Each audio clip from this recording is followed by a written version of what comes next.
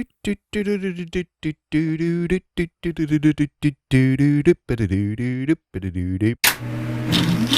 I'm Cody from Unqualified Gamers, a podcast member of the Gonna Geek Network, just like the one you're listening to right now. The opinions expressed are those of each individual. Check out other podcasts at GonnaGeekNetwork.com and get ready because geekiness begins in 3, 2, 1. This is it. The part of your week where you get to put your headphones on, relax, and listen to a bunch of geeks geek out about geeky things. They're passionate. I'm an IT guy. You should never delete. Most of the time you delete, you regret deleting. They rage. You guys are being like hypersensitive with your point to be offended. Oh, he deleted his Twitter account. Oh, I'm mad. What? And sometimes they're even funny. Tell your wife that I said hello again and sorry I couldn't be there tonight. It's okay. Your wife says hi too. Let me emphasize that. Sometimes. Welcome to the GonnaGeek.com podcast.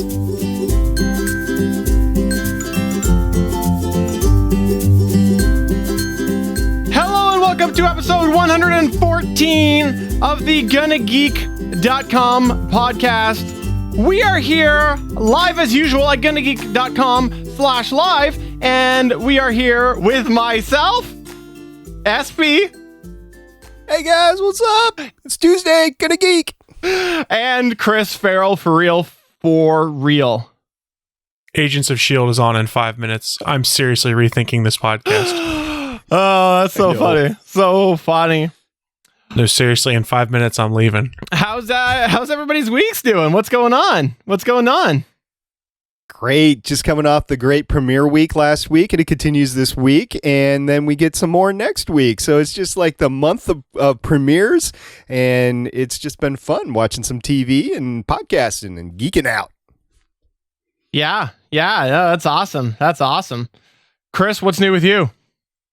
I'm seriously considering whether I want to watch some of these TV shows that are on my DVR. I just haven't even gotten to them, and I'm like, Fear the Walking Dead, I don't think I care. And some other stuff, I'm sitting there like, I kind of want to watch it, but I don't know that I care. Yeah, you know what? I was going to talk about that later, but I'm the same way on a few shows. So you know what? We'll talk about that a little later after the news. How about that? Yeah, let's do that. For sure. So should we just go ahead and roll into it? Let's news it up. News time!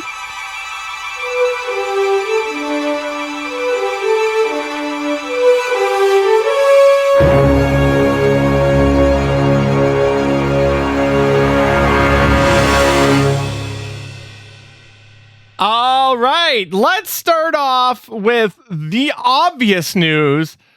Guess who's going to be the obvious news after the past week? I believe it's none other than the rocket scientist himself, one pioneer of Stargate. That's absolutely true. Listen, I might be the director of NASA, but NASA has had a heck of a year. You had the New Horizons probe go by Jupiter, go by Pluto, get some great pictures of that planet. Yes, Neil deGrasse Tyson. I said planet. No protoplanet, no minor planet, no nothing. It's a planet. There, take that, buddy. Okay. And now they've got this great announcement saying, oh, we found not only water on Mars, but we found flowing water on Mars. Now, this might be the type of water that you actually want to use in your water softener at home. It's briny water, very salty water, and not even oceany water. It's like briny. It's like water, a little bit of water and a whole lot of salt, basically. But they found it. It's flowing, and it goes back and forth every year like an iceberg, in and out. So that's great. And just a little bit more rocket science. We had the supermoon eclipse a couple nights ago. So this is just a fun week for me. Yay! Yeah, the supermoon always happens when you and I get together. Hi-oh! In your dreams, Steven. Again, in your dreams. Sorry, I saw the low-hanging fruit and I went for it. Apparently, it happens way too often. We're going to, we might need some counseling, some arbitration on this. Okay, so for those of us who aren't rocket scientists, explain to me about this whole Mars water thing, because last time I checked, Nestle was about to go pay for the rights to bottle it. But then you couldn't see it. So I'm confused. Yeah, so basically what you got is when it warms up over there, gets just a little bit warmer in the summer months, you got some flowage going, some seepage from some caves, some underground stuff. There's some great photos that they released. Just go to nasa.gov, you'll see all the great stuff.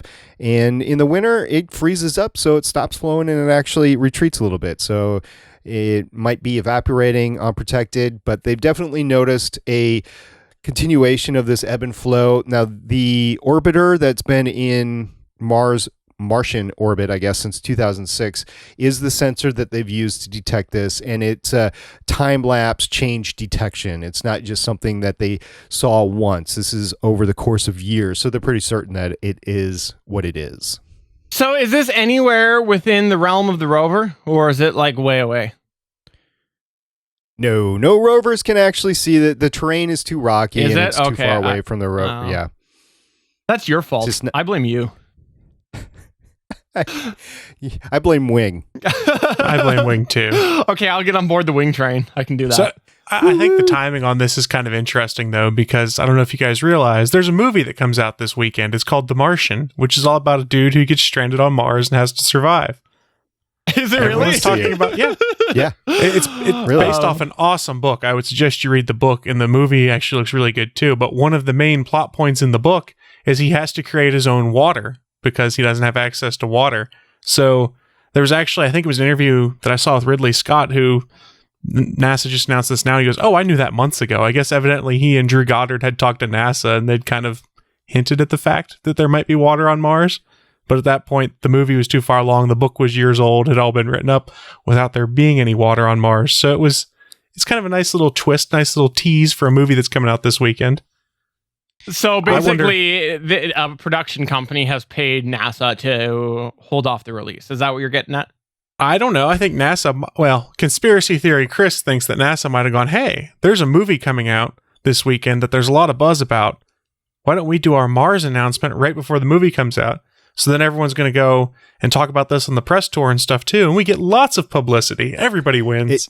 It actually happens in the scientific circles where you get announcements delayed for various reasons. And sometimes it's to coincide with other events going on, so they get the more press and everything. But yeah.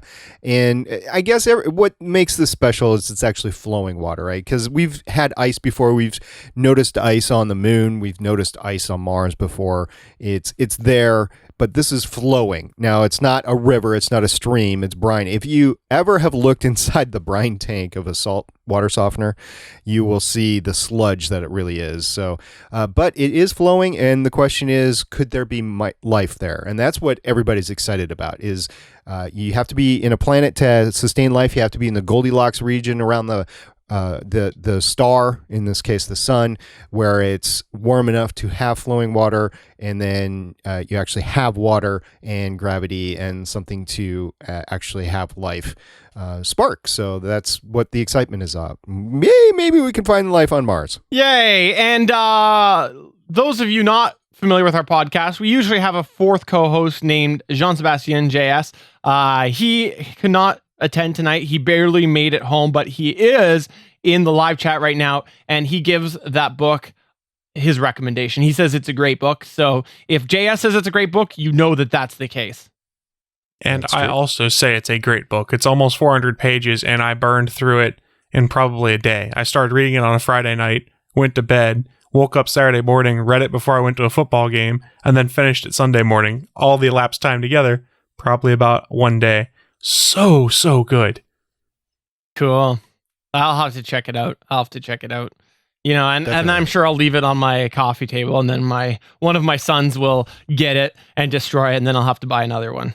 Or I'll just I'll download it through the Kindle app, because remember, I don't like print anything. That's true. That's actually how I read it, was on my Kindle. That's awesome.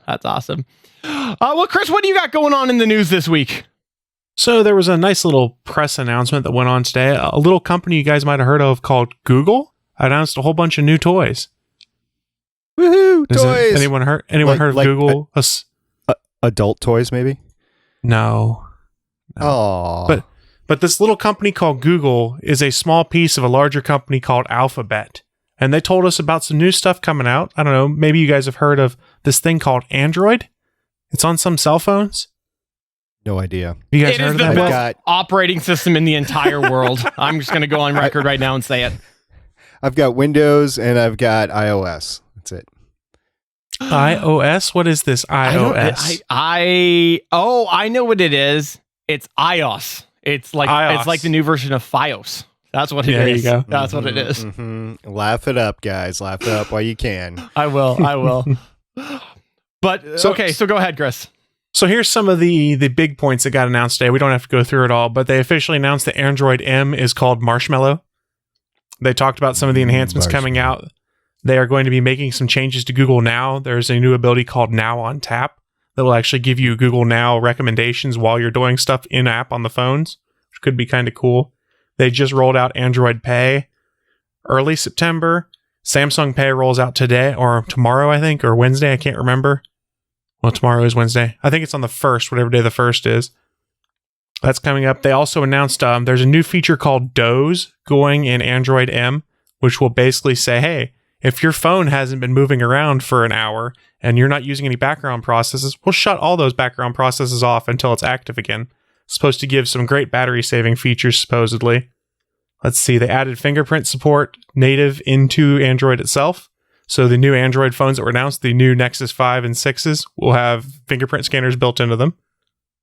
Ooh. Okay, so last year we talked about the Nexus 6, and honestly, it was something that it didn't get me that excited. I was pretty sure, the Moto X would more win me over, and it did. But from what I'm seeing about this new Nexus line, I'm actually really excited about it. So yeah, they did announce the new Nexus 5X, which is manufactured by LG. What's really interesting on this is it's going to have the new USB Type-C USB port on the bottom of it, which is what they're moving towards for all things. It's basically the same as the Lightning cable because it goes in either direction, no problems with that. If you had a Nexus 5 before, you're probably going to like this. They also announced the Nexus 6P, and the big deal here is it's made by Huawei, I think is how you say the company, which is it's a Chinese company, and it's their first big entry into the American smartphone market. You guys probably don't care about that. As a phone geek, it intrigues me a lot. And Suncast in chat rooms in there saying, yeah, it sounds like they're catching up to iOS. I think they are starting to on some things. And then other things, Android's been ahead. No, I agree. But, even feature-wise, like, I've never really seen the big appeal to a fingerprint. I guess it's kind of cool that my wife can just unlock her phone with her fingerprint, which probably honestly works a hell of a lot better than the picture thing that Android has. But it's something that should have been brought in last generation. It really should have last year.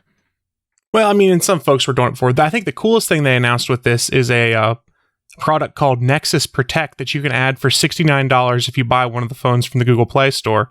It basically adds an extra year to your warranty and does mechanical breakdown and accidental damage and one business day replacement for your devices. So it's like the Apple Care plan, but cheaper for Android phones. Interesting stuff there. Both these new phones will also be available on Google's Fi network, which is their basically Wi-Fi network that they've established for doing phone calls and stuff that's carrier independent and also works, I think, on AT&T and T-Mobile's networks. I can't remember. I'm sure if I'm wrong, someone in the chat room can let me know. But the thing I'm most interested in, actually, which is kind of weird, was they announced Chromecast 2.0. There's a new version of the Chromecast coming out, and what has me intrigued, it works on the more modern day network, so it'll work on your 802.11ac network and things like that now. Yay! Awesome. That's exciting. Is there wired built in, or they still want to sell you the extra adapter? It is still wireless. There was no talk about any kind of adapter or anything like that. They did say the original Chromecast has shipped over 20 million products, though, which was kind of cool. There's a wired adapter for the Chromecast, right? There is, and it's sold out like that. It is. But the reason I bring it up is just yesterday, 2 days ago, sorry, I ordered a couple of parts that are apparently compatible with it. So it's not available up in Canada, the adapter. So I bought the Y splitter as well as a dongle that supposedly works. So I'm excited to see if it fixes some of the stability issues. My brother actually told me that with him, it changed everything and it went from a okay device to a stable device. So that's very exciting for me. So in the chat room, Suncast said something I hadn't gotten to. He said, I'm more excited about the revamped Chromecast app, and so am I. They've basically created a what's on discovery feature for your phone or your tablet. Basically tells you which apps on your device support Chromecast. There's a device tab in all the apps that allow multiple devices to control casting. New voice-capable cross-app search is built into it. So basically, the Chromecast app is going to become the central hub for viewing all your content on your Chromecast. That's Fantastic. Time. Because if you're familiar with the Chromecast app now, it is basically a tool to help you set up the Chromecast initially and then make any minor changes to it afterwards. Yeah. But if you can condense everything in, it's going to be awesome. And here's the kicker. Second gen Chromecast still costs $35. Nice. No way. How That's awesome. is that? That's awesome. I did try the original Chromecast. I give it away. Just couldn't ever get it to really work right with my Note 3. I have tried Android, guys, and I just had to go back to iOS. I might pick up a used Droid at some point in time and try it again, but I'm going to be in the iOS architecture, I think, for the next at least 3 years at this point. Oh, there's nothing wrong with that, but I was most excited about the Chromecast coming and the fact that it is still $35 and the fact that their app is going to make it so easy for me to stream whatever I want because I use my Chromecast for everything. Well, correction, I did. Then I got an Android TV, which is basically a Chromecast with additional stuff, and I use that for everything now. And it's awesome. Also in the chat, just talking about this, Suncast brought up the fact that with the Nexus, that the fingerprint sensor on the back means that you're going to have a case with a specific hole. And the one only JS here, I'll do my best impression. No case. There you go. That was my impression. That's what he says. No case. And how many new pretty phones does he have to buy every year because of that? Yeah, but his are the sexiest phones around out of any of our phones. It is the very sexy. Very sexy beast. Yeah. Mm-hmm. And there's a new one every 3 months. There you go. One last thing I did want to bring up that was announced. It's kind of cool, but I don't necessarily want it. There is a new Android tablet coming out called the Pixel C that is basically Android / Google's plan to counter the Surface tablets.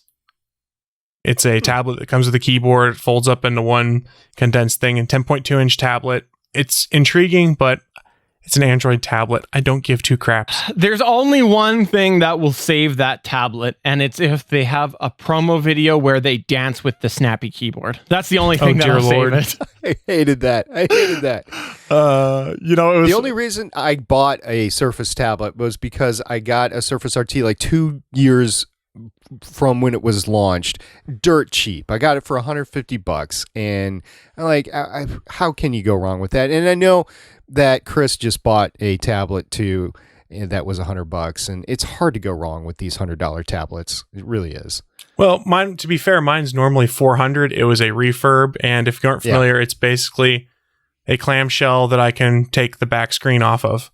Ooh, look at it with the Windows 10 and everything. That's awesome. Yeah, I did the upgrade to Windows 10. Literally pops off because it's one of the Asus Transformer books. So It's what I use for my soundboard and stuff on ATGN. So we're just going to give you a minute now to dance. Go ahead. You can dance with your snap. Okay. There you go. Oh, yeah. There it is. Yeah, I'm dancing. Where's my money? Throw the money. Make it rain. Throw me some money.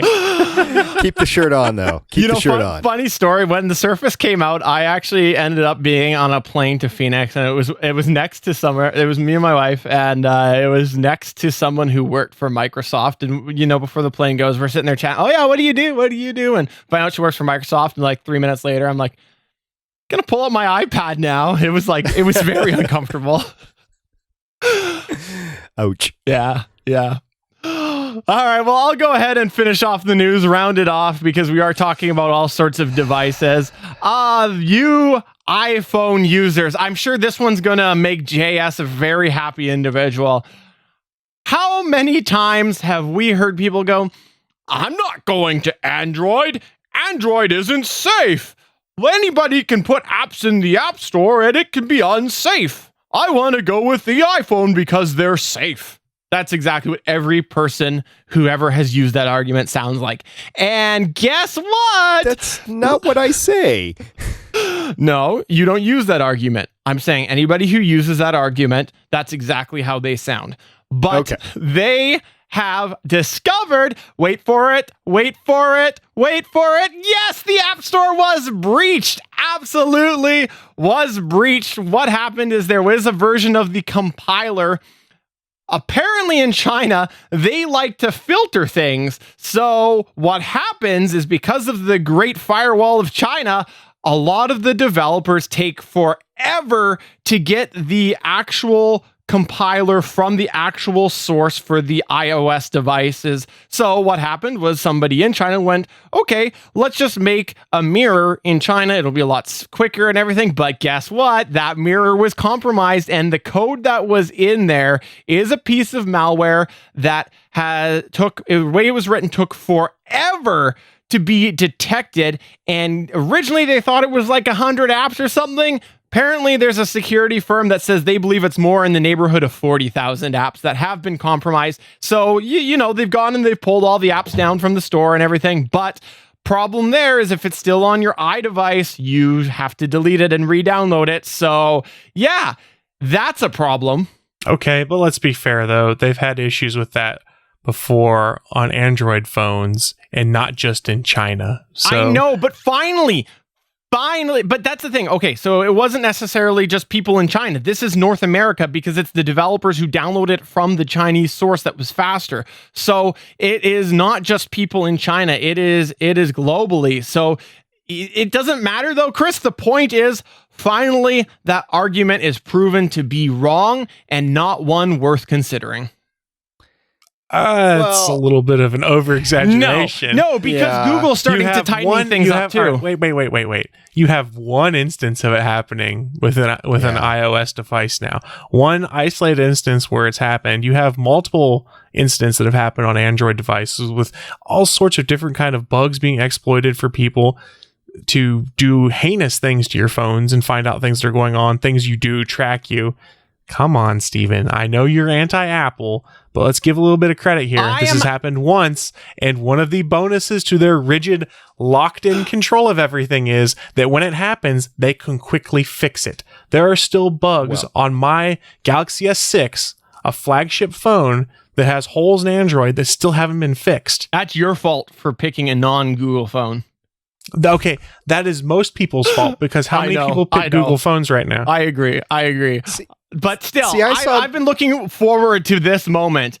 I am totally looking forward to this moment because it is just a thing that I've heard so many arrogant people over the years think that just because you go on Android, you're about to be victimized. And that's just not the case. You know, it's like anything. If you're smart about it, you're good. And to quote a wise man, he says, there is a good old security saying, there are two types of companies out there. One that know they got hacked, two, those that don't know they have been hacked. Everything has been hacked. That was the great Dr. JS. See, I saw this story in the notes, and I didn't look at it close enough. I thought you were going to talk about the broken podcasts app with the iOS 9 upgrade, and they tried to fix it, and they still haven't fixed it. So people have upgraded their phones, and they haven't been able to use sound or the podcast app for like 2 weeks.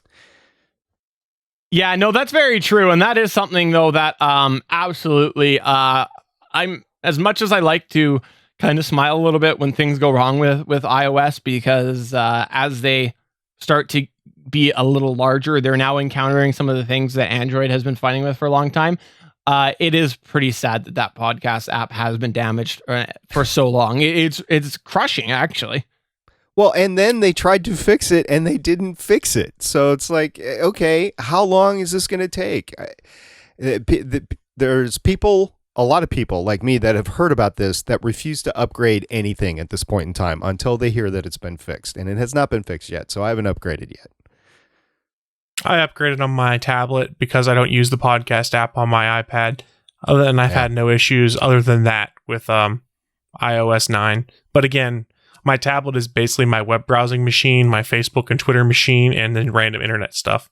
Some of that maybe I'll migrate to this Windows tablet just because I'm trying to figure out whether I like Windows 10 on a tablet or not. Diversify.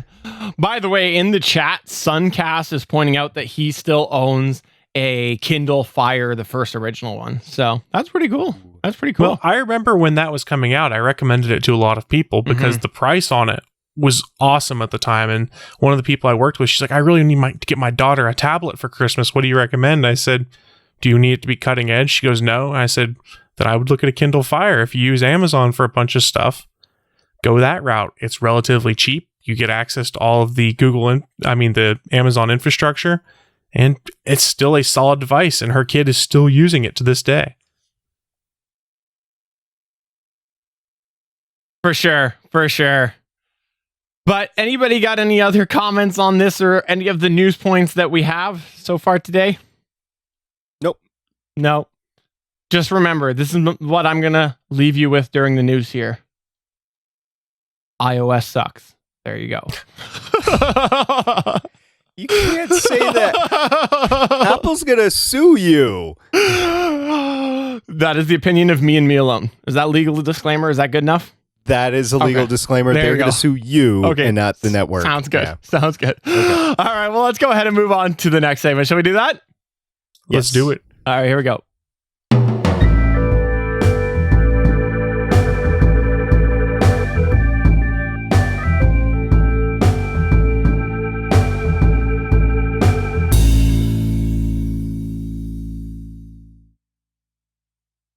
All right, so today is finally here. Today is the day that I make an announcement with SP. This announcement has been in the works for, let's say it's about 9 months. Whoa, wait a minute. Steve is not pregnant with my child yet. We're still working on the biological science right there. Soon, very soon though. Not really, but seriously, Steven and I have been developing a podcast idea since about the holiday time frame last year. Yeah, and while this has been an idea that has been in development for, well, let's call it an excessively long time, what you may not realize is that our prep work for this upcoming idea has had a lot of influence on this very podcast, the official Gonna Geek podcast. Yeah, right. For example, our first experiments with video podcasting, it came during our prep work for our upcoming project. So here's your first look at what we've got in store. Gunther, roll the promo.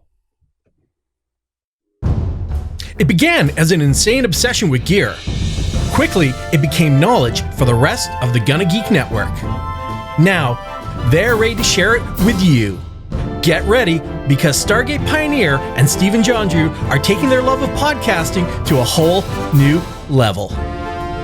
Introducing Better Podcasting, coming October 2015. Oh man, I am so excited that we finally got to announce this SP. It is a load off to have been able to talk about this, and we are so excited. I know I'm excited, you're excited to be able to give some nice sound advice to folks who are looking to take their podcast to the next level. Absolutely. First of all, I'm excited to be able to talk about this, not, Yeah. we got a secret project, whatever. So Yeah. it's great. And then to get information out to the people that are thinking about podcasting as a hobby. It's fun. It can be cheap. You're going to have to spend a little bit of money, but you don't have to spend a fortune. So Exactly. You can sound like almost like you're in a professional studio. It's going to take a little work, but anything's obtainable. It is not rocket science. No. And just to back it up here a little bit, to let you, the listener, in on what happened here was last holiday season, SP and I were doing all sorts of great geeking out about all of the amazing podcast gear geekery stuff that we had.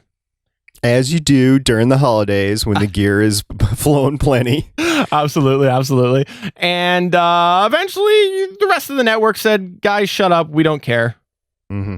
Just go Pretty talk much. yourself. You know, You guys get your own room, guys. Get your own room. Exactly. That sort of thing. So we started to talk more one-on-one, and we found that our passions were insanely aligned as far as podcast development, gear, all of these things that are kind of under the podcasting umbrella.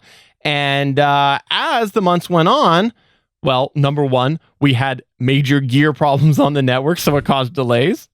every single piece of gear that was pivotal to running the network took a gigantic dump and decided to quit working. So it's been a fun summer reconstructing our network.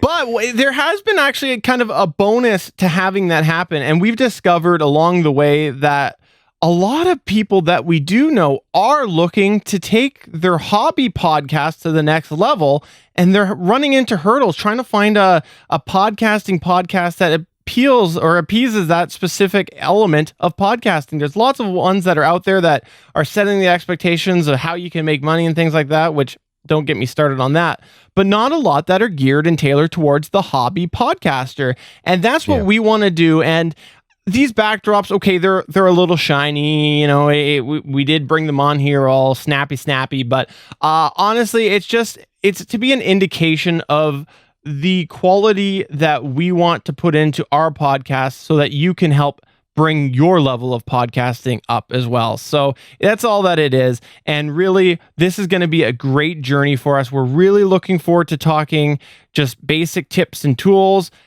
maybe how to end a podcast if that's where you're going to go, gear, because gear is something that there are people that like ourselves who are hobby podcasters that are gearheads, and there's a lot of different things under that podcasting umbrella, and SP and I are looking forward to talking about this, and of course listening or hearing from you, the listener, and what questions you might have and sourcing out answers for you on those. So we're really looking forward to this.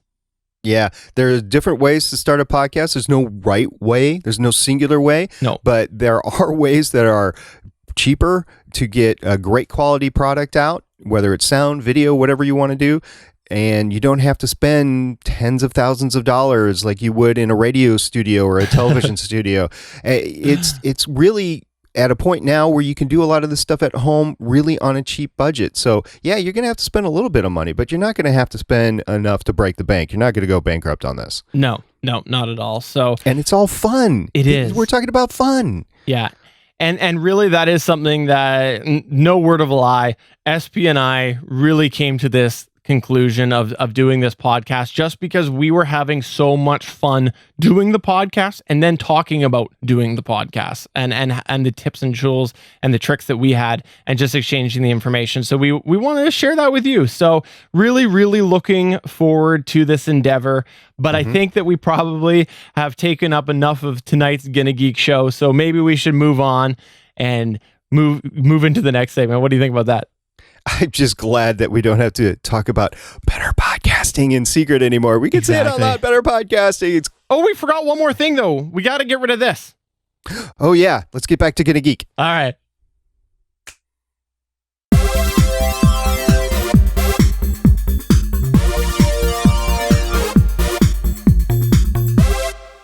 Okay, so there you go. That's the mystery project that we've hinted on for a while. The reason we wanted to share it on this podcast here is, well, for one, SP and I both are on this podcast together, and it's the only one that we do together. Yes. Two, I think we've both hinted on it a lot on this podcast and some other Gonna Geek Network podcasts. We've done a lot of hinting over the last year. And three, we just needed to geek out. And where do we geek out? We geek out on the Gonna Geek podcast. Just want to go ahead and say we are absolutely excited to get this going. And when we do, we will be submitting it to the committee on the Gonna Geek Network, hopefully for inclusion.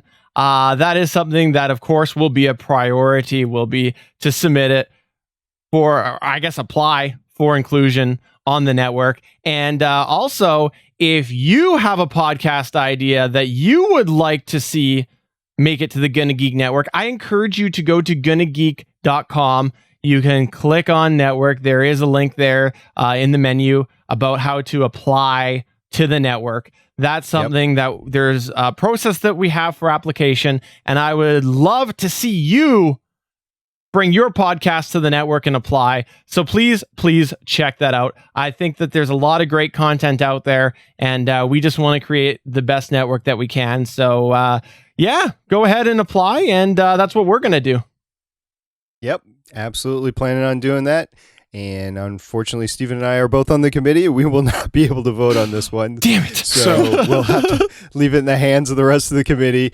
And so that will happen in the next couple of months. So you might not actually see Better Podcasting on the Gonna Geek Network until later in the year, but you will be able to see it at betterpodcasting.com in the meantime. Absolutely. Absolutely. So what I will say, as someone who knows people on the committee and might possibly be on the committee, we'll leave that undisclosed. I'm super excited to see this podcast and you guys get it out. And I'm super excited to see everything when it's submitted to be part of the Gonna Geek Network.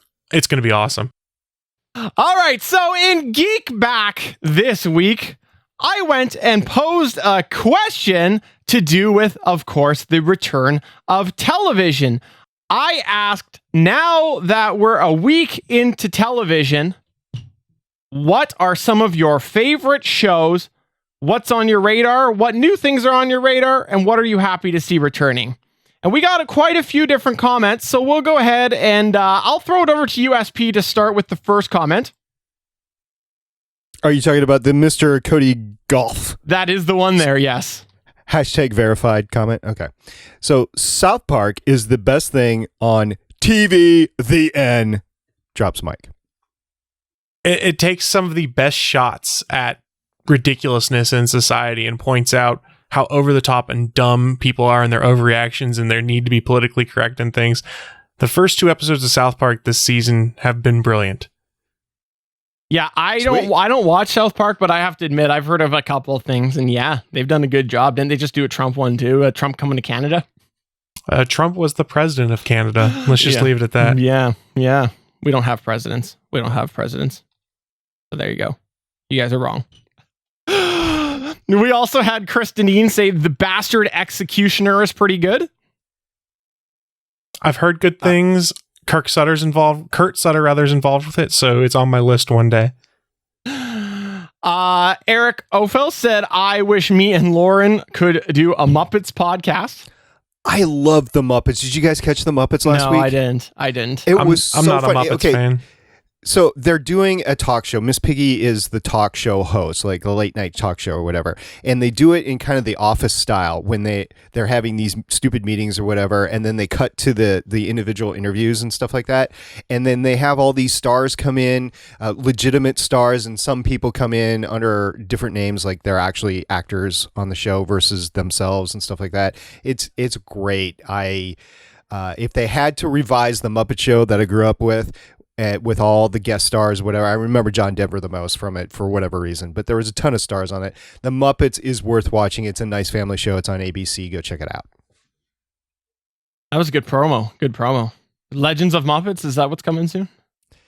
You would have to ask the owner of the Legends brand on the Gonna Geek Network about that. Oh, okay. So CW, Legends of Tomorrow, was that? Because they bought it, right? Didn't they? I think there's some legal action going on right now about that, actually. Chris, what did we get for response on Twitter? On Twitter, we had at SteveC50 say, my wife has gotten me hooked on Scorpion on CBS. She didn't think she'd enjoy the show, but now it's a fave. I watched the first 2 episodes of that, and I was like, meh. Yeah. I watched about half of the first episode this season 2, and I'm like, this is definitely below the cut list because I got so many great shows to watch and I have a limited amount of time to watch TV. So, but I did watch all of last year, and what keeps me reeling in is it's the Terminator. Robert Patrick. Yeah, he's fun watching on TV. So, that would be worth it. But other than that, I have other better things to do with my time on TV. Yeah, I still haven't gotten into it. I saw, like I said before, a couple of things. Not a huge fan, but I've heard great things. My in-laws have suggested that I watch it. So. Oh, your in-laws. So, they're into all those crime dramas like CSI. I like the crime dramas too, so you be quiet. You're getting old, Steven. Wow, that's harsh. Yeah. And also from the Gonna Geek Network, we had Jeannie respond. She said that Blind Spot, solid start. So that's quite interesting. Blind Spot is the one show that I did not see last week, and I'm hoping to pick it up on demand at some point in time. I did see Limitless. Were you going to mention that, Chris? No, actually, but go ahead with that one. It's on my list to see at some point. Yeah, so Limitless, it was worth the watch. Again, I just don't know if it's going to be above that cut line. I just don't think it's going to interest me enough to watch. It's not a bad show. I just don't think it's there. I also saw Minority Report. Did you two see Minority Report? Both are sitting there waiting to be watched. But the one no one mentioned, and I know that one John Sebastian also watched it, Heroes Reborn. Yeah, I just watched that today. I finally caught up with it. It was a 2-hour premiere, so I had to block 2 hours off for it. With limited commercial interruption, too. So it was close to 2 hours, actually. But it has done enough for me to go, okay, I remember why I liked the early run of Heroes. You have me back, but it's not a guarantee back. That's how I looked at it. So much mention of Claire, and if she's not going to be on the show, then why? Why is that just to draw us back in? Because Save the Cheerleader, Save the World was the thing for the first season. It's just so you can make. I remember those guys. That's a lot of what it is. Because here's the real kicker. My thought, real high level on Heroes Reborn. Not getting any spoilers. Heroes was great because it made you care about those characters. Even in episode 1, you didn't know who they were, but the way they set up, you're like, I give a crap about these guys. All of the characters introduced in Heroes Reborn so far, I don't really care about them. I just want more of Horn Rim Glasses. That's what I'm standing by for. I'm like, I just want more of him. Oh, I'm digging Zachary Levi though. He's just playing that character so well because he's not completely totally bad, but at the same time he's got some vengeance to him. So it's taking all the goodness of Chuck with the playfulness that you saw with him as what was his character's name? Fanriel in Thor 2. Fanriel, I think. Okay, and Lauren's gonna kill me later, but and then putting an evil stint to it, and it's very intriguing to me. So this will be on my list to actually catch every week, and so help me God, I hope they keep it up because I don't want to be disappointed again. Yeah, the thing that really worries me about this show is just from episode 1 and 2, which is what the 2-hour block was. It relies a lot on nostalgia. And eventually that's going to burn itself out and you're going to have to carry the show on its own because we know really the only character that's coming back full time from Heroes, the original series, is Horn Rim Glasses. We know Hiro Nakamura is coming back for like 2 or 3 episodes in a cameo, some of the other stars. So you need to start caring about these new people. And in that perspective, I don't yet. I'm waiting to care about them as I see the characters I like. Did you see the promos for the rest of the season? I did. At the end. So there's a lot more to be had with both sides. You're going to get those promos in, but you're going to get everybody else. And don't forget, this was only a 13 episode buy, so there's only 11 hours left of TV on this. Oh no. Oh no. I mean, big takeaway. If you enjoyed Heroes, especially the first season of Heroes, it's worth giving a try. If Heroes burnt you out at the end and you're like, why am I watching this? You might not enjoy it too much, or you might be lucky and it sparks that nostalgia and you go, this is why I liked it. So I would suggest give it a try, at least watch the first episode. And if you don't like it from there, no harm, no foul, just drop off. Good advice. Good advice. Actually, good advice for all of your new series of watching. Because I think too often people do watch the first episode of something and they go, whatever. And there's always got to be a level of setup in the first episode of anything. So I always say give it a few. If you're interested in something, give it a few. And then after a few, if you're not happy, then there's no point. You got other things to do. Like watch all of the Gonna Geek podcasts and vidcasts like that. That's right. So I have not seen this Sunday's episode of Fear the Walking Dead, but I have seen them all up to this point. I probably will not be picking up the Walking Dead later on this year because I just see where it's going, and it's not the type of TV that I want to watch, but I am enjoying Fear, at least for now. It definitely took a turn, I think, in episode 3, and we'll see if I come back for season 2. So here's my thing with Fear the Walking Dead is I see a lot of people out there being like, oh, look at this. There's no walkers. And are you going to get any walkers on this? And then you get the other people who are like, that's something going to happen. Well, the thing is, we got to remember this is placed at the very outbreak. The first episode, they're still in their day-to-day lives at school, at their jobs, all that. So yes, there will be a level of containment at first in something like this, and that's what's happened, and that's why you're not getting all of these walkers here and there, because they're all contained.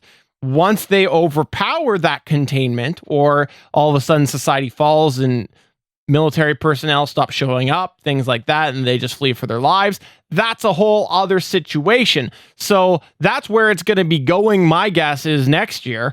But for now, I think that this isn't a bad way to handle season 1. And yes, it is very different than The Walking Dead, but as someone who wanted to see the beginning happen, this is satisfying me so much, because I would not have liked it if all of a sudden it skipped like 6 months and it was basically The Walking Dead with a different group. See, it just smacks of cash grab to me. That's part of why I was so resistant, is, hey, let's do a prequel to The Walking Dead because everyone loves that, so we'll see what happens. And then I will fully disclose, I have not watched any of it yet, but I keep seeing comments, especially from people I know that love the show, like Steve Boyd loves The Walking Dead, and he just seems down on Fear the Walking Dead. It says it's too much talking, not much is going on. And I'm all for serialized TV with long overarching plots, but you got to give me some payoff. You can't just keep developing and give me nothing. And from what I've heard, it's just a lot of talking heads right now. Ironically, like we are right now ourselves. But we condense ourselves to a shorter time period in multiple topics.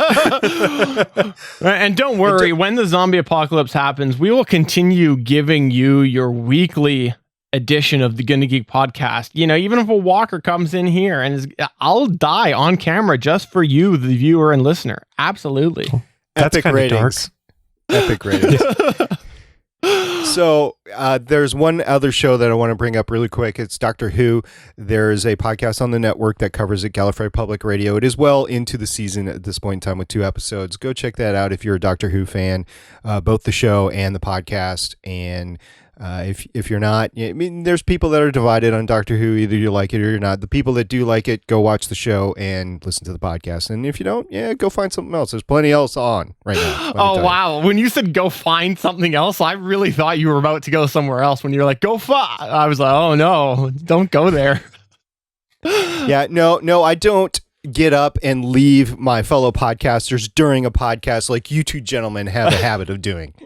If you start talking about how good episode 1 is, it's a guarantee I'm going to walk away. Star Wars episode 1 was good. I liked it. I enjoyed it. It's entertaining for me. Bye, Chris. See you later. My iPad's on my lap this week, so I can't do it, but I guess it's going to go and take us towards the end of the program tonight. Before we do wrap up, I just want to go ahead and give a special shout out to GonnaGeekNetwork.com, because that is something that, as we mentioned last week, the week before, this week, all of the TV shows coming back means a lot of the regular podcast content is coming back, and there is a lot of great shows out there. So please check out GonnaGeekNetwork.com. Lots of great things and lots of ways to get your geek on. Chris, you got anything you want to talk about? I think I'm about tapped out. You already covered it. Just go check out all the other great stuff on the network. SP? I do have one small announcement. Starling Tribune will be recording live on Thursdays starting this week. So after the show next week on Wednesday, we will be recording live on Thursday, not on Friday. So that is just a small change. If you're a Arrow fan, if you're a Starling Tribune fan, come check us out on Thursdays at GonnaGeek.com/live. And what's really cool, I'll just toot your guys' horn a little bit more, is that they've been using something called Blab, and that allows for some really interesting ways to handle live. So I think if you haven't checked them out, you should definitely do so. I listened last week and it was a lot of fun. Yeah, we had some amazing guests come on at the end, and we just made some connections both in the geekdom and industry. It was really cool. So if you missed it, go to our YouTube channel at Gonna Geek on YouTube and check out the latest episode of Starling Tribune, and go to the post-credit scenes. I actually put them on there for you. Awesome. Well, that's going to go ahead and take us to the end of episode 114 of the GonnaGeek.com podcast. Oh, it's not working. It's not working. Audio listener, you don't get that. So you should go to GonnaGeek.com and check out the video cast. For episode 114, I'm Stephen John Drew. I'm a rocket scientist. I'm tired of hearing SP's love for episode 1. Bye!